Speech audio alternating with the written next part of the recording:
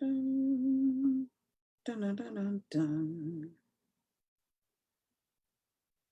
Hey guys, what's going on? Salondia Hammond here, affectionately known as Sue Ham Baby. Just checking the old Facebook, make sure I'm live, and it looks as if I am. In order to become the 1%, you must do what others, make sure I got the way, won't. In order to become the 1%, you must do what the other 99% will not do. Listen, again, I am Salondia Hammond, aka Sue Ham Baby with SueHam.com. What are you willing to do that the others are not willing to do? Now, I'm not even talking about income or wealth or anything of that nature, right? Well, before we get into that, comment below and tell me where you guys are watching this from and hit the share button. Comment below and tell me where you're watching this from and hit the share button. And then let's get into what are you willing to do that the others are not willing to do. Not even talking about wealth, because typically when you hear about the 1%, people are using that as far as wealth. The 1% own all of the wealth in the world. But I'm talking about in your business, in your craft, in your life, what are you willing to do to set yourself apart, to stand out from those who don't do? And here's an example.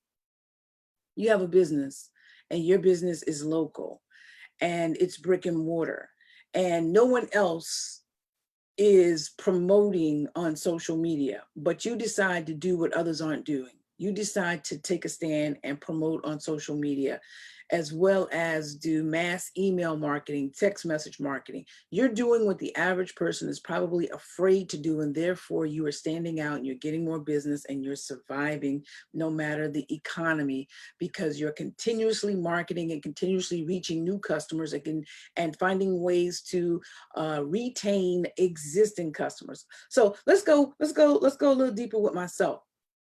I do stage plays. One of the things that I wanted to ensure that we did, that plays that I had gone to hadn't done, is start on time. I'm so serious about being punctual, to the point where there was this one time we had 2 shows in one day. It was the first time we had ever done that. And so I was a little naive. I scheduled the shows a little too close together, and we were about 30 minutes late starting the second show. And it was also because the first show sold out and we had to put wristbands on everybody. So, but at the end of the day, that was the only time we had ever been late with starting a show. So one of the things I like to do when it comes to my shows is start on time. Doesn't matter what it is, comedy show, musical show, stage play, start on time, because there are so many people that do not start on time, and time is of the essence to me. So what are you willing to do in your business, in your life, in your career, that the majority of the other people are not doing around you, that sets you apart and causes you to stand out? Another example, I had my grandbaby last night. And I put him to bed and I stayed up late. I was working on courses and I was up late, and 6:30 in the morning, he's up talking, not even 2 years old yet. And he's up talking and playing in my face and basically telling me, get up, and I didn't want to, because I wanted to get about at least another hour of sleep because I stayed up so late, but I had to push. I had to get up and I had to do what I had to do. Listen, there are a lot of people right now making excuses as to why they can't get things done, or a lot of people saying, oh, that won't work. But here's what I want to encourage you to do. I want you to push until something happens. I want you to produce until something happens. One of the things I did before I even got my stage plays off is I was continuously writing new scripts. I was waiting for my moment. I was waiting till I could collect enough resources to actually produce the show, or run into someone who could produce the show for me. So while I was on the sidelines, I was actually producing. And a lot of times people are on the sidelines and they just figure, I'm not in the game, I'm not going to do anything. My whole mind concept, my whole mindset, and the things I try to push people to understand is produce until something happens.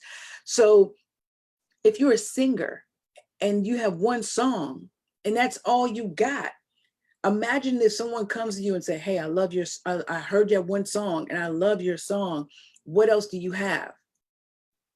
Can you give them something else? Or are you just banking on that one thing? My thing is, this is my mindset, my opinion, is to continuously produce things because something eventually is going to happen, and you want to have more than one thing in your storehouse. So when I say push, I'm like, push through, man. Produce until something happens. If you want to be in that 1%, you got to do what the 99% won't do. Like when someone purchases a product from you, and I've done this. When someone purchases a product from me, I write a hand note, a hand thank you note, because I know that the average person is not doing that. They're either texting, they're emailing, or they're not saying thank you at all. you know so I either do videos or I write out notes to people. I write letters to people with handwritten. I write letters. I do those things that have become, I guess, like a Stone Age type thing to do, because I know that the majority of the people aren't doing it. And I'm trying to go in the direction where the majority is not going. I'm trying to do what the majority is not doing. And so for me, that's why I've always been connected on social media, connected to people and talking, because the average person shies away. Even as a politician, I don't shy away from the public. If I don't know an answer, I'm not too egotistical to say, I don't know the answer. I can research it. I can get back to you. And as a politician, being open and talking to the constituents and making myself available on social media, that's not what the average politician does. I mean, I'm just being honest. They try to stay out of the limelight, stay away from the constituents, so they're not asked questions and they're not challenged and they're not held accountable. But one thing about it is I'm here to be held accountable, but at the same time, I'm also going to hold you accountable. And so anybody that deals with me, they already know that. Like, I'll earn, my shortcomings. I'll earn that. I'll own that. Sorry, I'll own that. But at the same time, I'm going to hold the mirror up and say, hey, now, what part did you play? And then I'm going to say, hey, how do we fix this?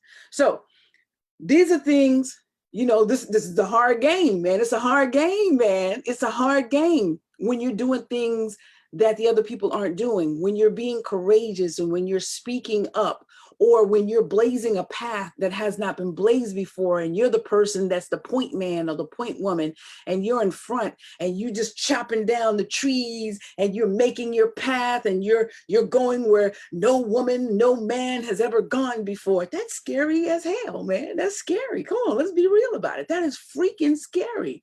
But you got to keep producing until something happens. You got to keep going forward until something happens.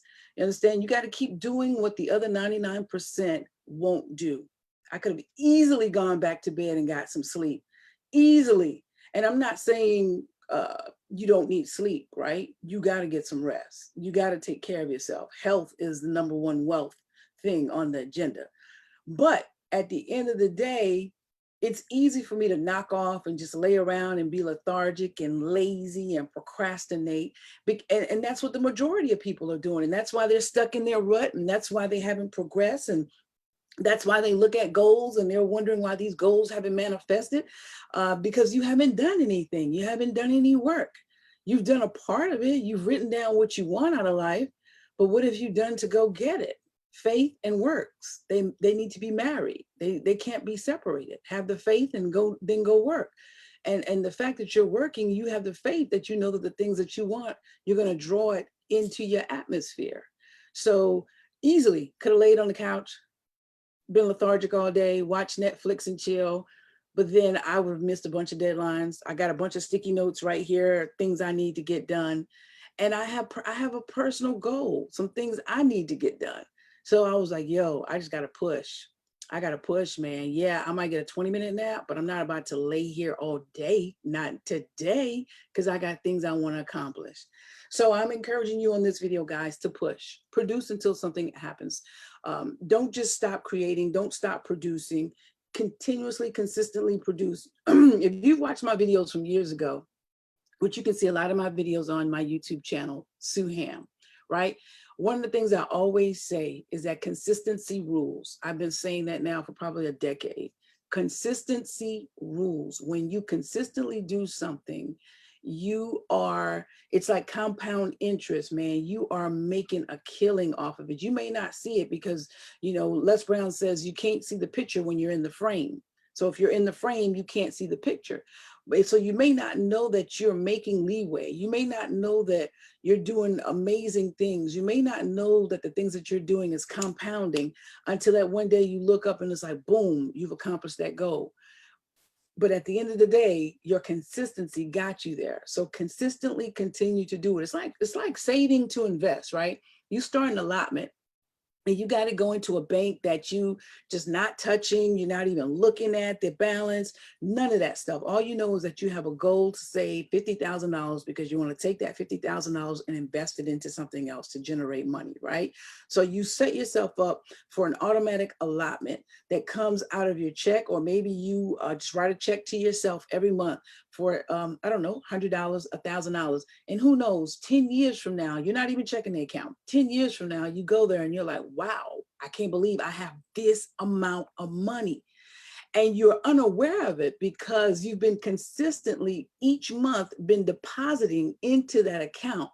And now before you've known, you've reached your goal because you've consistently deposited into that account. You've consistently produced a savings into that account that has yielded your goal. And that's your life, man. That's your life with anything that you have. If you are consistently producing, you will achieve your goal. Consistently investing in your craft to get better, consistently trying to meet new people to form better relationships, consistently creating new products and new service, consistently putting yourself out there, even though it's scary, right?